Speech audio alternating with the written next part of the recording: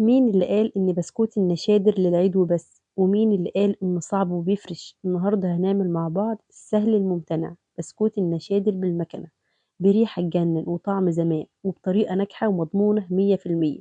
وليه كمان يا جماعة نشتريه بالغالي أو نشتري بسكوت جاهز مليان مواد حافظة؟ واحنا بكام بيضة وشوية دقيق ممكن نعمل أحلى بسكوت نشادر بيتي، وموفر جدا وبيرمي كمية كبيرة، وممتاز كمان للفطار أو لسناكس الولاد في المدارس. هقول لكم سر القرمشة اللي بتدوم لآخر بسكوتة، وهقول لك المقادير المظبوطة اللي تخلي العجينة تمشي معاكي زي الملبن، والرسمة واضحة وجميلة وزي المسطرة، وما تسحش معاكي في الفرن. وكوباية شاي بلبن كده أو كوباية شاي زي ما تحبوا. وتعالوا نبدأ مع بعض أجمل فيديو ممكن تشوفوه لبسكوت النشادر. نسمي الله. نجيب معانا الخلاط أو كبة أو هاند بلندر، أي حاجة تشتغلي بيها. ننزل بخمس بيضات، وننزل عليهم بكوباية سمنة. كوباية السمنة دي الكوباية المعيارية، أو مج الشاي اللي احنا بنشرب بيه بس اللي هو كبير شوية ده. ممكن تعايريه كمان لو عندك كوباية معيارية، ما عندكيش مج الشاي عادي يمشي معاكي في كل حاجة. ننزل عليه زي ما انتم شايفين. جبت قدامكم الميزان عشان أكد لكم إن السكر وزنه 350 جرام، عشان الناس اللي تقول لي يا السكر ده بيبقى قليل جدا. السكر ده معدله كويس جدا، بيخلي معاكي البسكوتة لا هي مسكرة قوي ولا هي دلع قوي. 350 جرام سكر حبيبات عادي، ننزل بيهم كل ده في الخلاط. ننزل على كل ده بقى يا جماعة بخمس تظرف من الفانيليا، كل بيضة عليها ظرف فانيليا حسب بقى ما تحطي. بس الخمس بيضات بصراحة مديكي نتيجة هايلة جدا. خمس بيضات على كوباية سمنة على خمس اظرف فانيليا.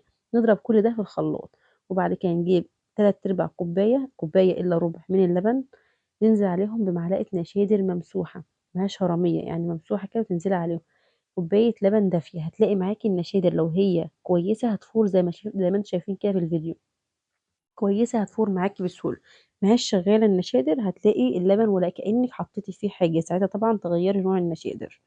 نبدأ ننزل بقى بالمكونات دي كلها مع بعض، ونضربهم كده بالمضرب اليدوي أو بالمعلقة، أي حاجة عندك تخلطي كل المكونات مع بعضها. أنا اشتغلت هنا بكيلو دقيق، دقيق الضحى. ممكن تشتغلي بأي نوع من أي نوع أنت بتحبيه، لكن أنا بصراحة في كحك البسكوت أي حاجة من المعجنات دي يعني بشتغل على طول بدقيق الضحى، بيديني نتيجة هايلة وممتازة. بدأت طبعًا أنخل الدقيق بتاعي، ضروري جدًا إن إحنا ننخل الدقيق، لإن نخل الدقيق يا جماعة هو اللي بيدّي فعلًا هشاشة للبسكوتة اللي معانا. نزلت طبعًا بالكمية كلّها ونخلتها زي ما هو واضح قدّامكم. وبعد كده هانزل طبعًا بذرة ملح. ذرة الملح طبعًا ننزل بيها ما ننساهاش. وبعدين نقلّب المكونات دي كلّها مع بعض. نقلّب بقى يا جماعة تقليب، يعني أنتِ بتعملي بصوابعِك بس مش عجن، يعني أنتِ بتقلّبي المكونات بس تخلطيها ببعضها، ما بتعجنيش خالص. عشان هتعجني هتاخدي البسكوتة ناشفة، هتاخديها معضّمة، مش هتبقى كويسة خالص معاكِ. إحنا عايزين بسكوتة دايبة وفي نفس الوقت طعم حلو وهشة من جوّه. فاللي إحنا هنعمل إيه بقى، نلِم العجينة زي ما أنتم شايفين كده بالضبط. ضروري بلاش العجن، ممكن نلمّها خالص كده، وممكن لو أنتِ عندِك عجان بكَف العجان تلمّيها. إحنا بنلِم بس يا جماعة. ما شاء الله هتاخدي معاكِ أحلى بسكوت كده، ما فيش أحلى فعلًا من البركة يا جماعة وريح الزمان لمّا تكون موجودة في البيت. بأبسط المقادير ممكن نعمل لأولادنا شوية بسكوت كده نفرّحهم. أنا عايزة أقول لكم إن أنا باعمل البسكوت ده مش شرط عيد خالص، أنا يمكن كمان أيام العيد ما باعملش، لإن الواحد بيكون ملبوخ كده في التنضيف والكلام من ده. يعني أنا باحب أعمله كده طول السنة، كل أسبوع كده كل 10 أيام أعمل كيلو، والله بيكفّي الأسبوع كله، بيكفّي أكتر كمان من أسبوع. والأولاد بيكونوا مبسوطين منه خالص، أحسن من البسكوت الجاهز.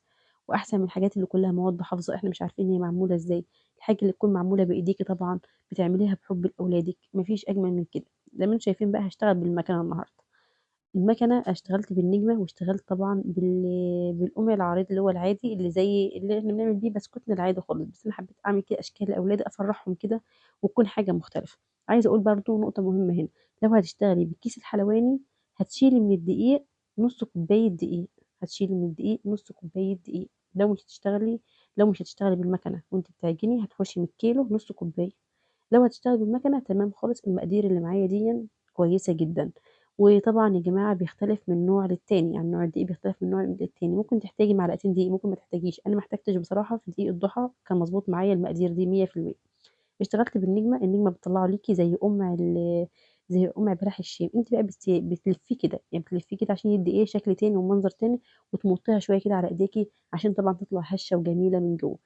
بصراحة يعني الشكل ده عجبني جدًا. كنا بنعمله زمان وإحنا صغيرين كده في بيت أهالينا. فقُلنا كده إن برضه نعيّش أولادنا الأجواء اللي كنا بنعيشها وإحنا صغيرين، ما فيش أجمل منها طبعًا. ربنا يجعلها أيام خير وهنا يا رب، ويجعل بيوتنا دايمًا عامرة طبعًا بالخير وبذكر الله، اللهم آمين يا رب العالمين. شايفين يا جماعة الجمال، شايفين الصاجان أصلًا، الصاج بيتكلم عن نفسه بصراحة، الشكل طالع معاكِ زي المسطرة، العجينة لينة جدًا زي الملبن، نازلة بكل أريحية من المكنة. أنا شغالة لوحدي بصراحة، حتى يعني لو لاحظتوا إن أنا كنت بالِف وارجع أقطع عشان خاطر تطلع معايا سليمة يعني. والمساحة برضه في التصوير ضيّقة، يعني المساحة أنا باحاول إن أنا أجيب لكم الكادر كامل، لكن المساحة ما كانتش مساعداني، يعني الرخامة ما كانتش مساعداني وأنا باقطّع، بس حاولت برضه إن أنا أجيب لكم الشكل وأنا باقطّع والشكل كل حاجة يعني خطوة بخطوة حبيت إن أنا أجيبها معاكم. شايفين الجمال؟ ده بقى طبعًا أول صاج. ده تاني صاج بقى اللي عملته بالشكل التقليدي العادي اللي إحنا بنعمله في البسكوتات كلّها عمومًا يعني.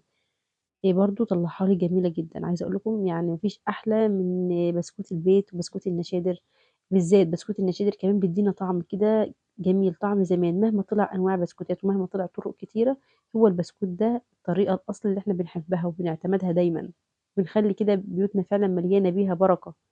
بنحس يا جماعة بصراحة بالبسكوت ده إن في ريحة زمان كده. يعني ما شاء الله بجد، بيبقى فعلًا الواحد بيحس إن هو في نَفَس زمان في البيت وأنتِ بتعملي البسكوت ده، تحسي إن البيت كلّه ريحته كده بركة وريحته خير.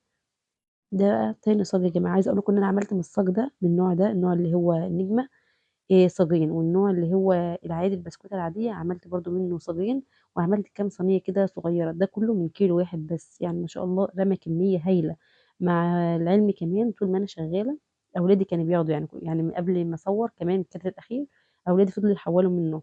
ما شاء الله شايفين اللون عامل إزاي، شايفين الجمال يا جماعة، تسويته فوق زي تحت. عايزة أقول لكم بيتحط في الرف الوسطاني عادي خالص، بتشغّلي الفرن من تحت قبل ما تشتغلي طبعًا في البسكوت، قبل ما تشتغلي خالص، قبل ما تدخّلي أي صاج الفرن، يعني في الصاج الأخير كده بتبدئي تشغّلي الفرن. تشغّلي الفرن وتسيبيه يعني يسخن عشان خاطر ما بندخّلش أي معجنات على فرن بارد، إحنا بندخّل المعجنات دايمًا على فرن سخن. فبنسيب طبعًا الفرن شغّال قبل ما ندخّل أول صاج حوالي بربع ساعة، بتسيبي الفرن شغّال عشان يسخن معاكِ ويخش البسكوت بتاعِك على نار عالية ويبقى كويس. طبعًا باسوّي على درجة حرارة 180. باشغّل من تحت، هو ادّاني اللون ده من غير ما أشغّل الشواية، أنتِ بوتاجازِك أو فرنِك ما بيحمّرش من فوق ممكن تشغّلي الشواية، أو لو بيشتغلوا الاتنين مع بعض شغّلوهم عادي خالص على درجة حرارة 180، هيدّيكِ اللون الجميل ده. وبكده طبعًا نكون عملنا بسكوت الماكينة اللي ما فيش طبعًا أجمل منّه، حاجة كده جميلة وسريعة وتخلّي بيتِك مليان بركة. ما فيش أجمل طبعًا ولا أحلى من كوباية الشاي بلبن الصبح كده أو كوباية الشاي بالبسكوت الجميل ده. شايفين الطراوة اللي جواه يا جماعة؟ جرّبوه بالمقادير دي وعلى ضمانتي، هيطلع معاكم هش ومقرمش ومش هتبطّلوا تعملوه طول السنة. ولو عجبكم الفيديو طبعًا ما تنسوش تعملوا لايك وتقولوا لي في التعليقات بتحبوا تاكلوا البسكوت ده سادة والّا بتغطّسوه في الشاي أو شاي بلبن. أشوفكم على خير في وصفة جديدة وبالهنا والشفا على قلوبكم بإذن الله. بجد طعمه حكاية. شايفين كوباية الشاي، أنا عايزة أقول لكم إن أنا اللي باشيلها للبسكوتة على طول عشان ما تسقطش مني في كوباية الشاي، لإني ما باحبش البسكوت يسقط مني في كوباية الشاي، باحبه كده يبقى ماسك نفسه. الله على الجمال والله على الريحة والله على اللون. أشوفكم على خير، كنت معكم آية، مع السلامة.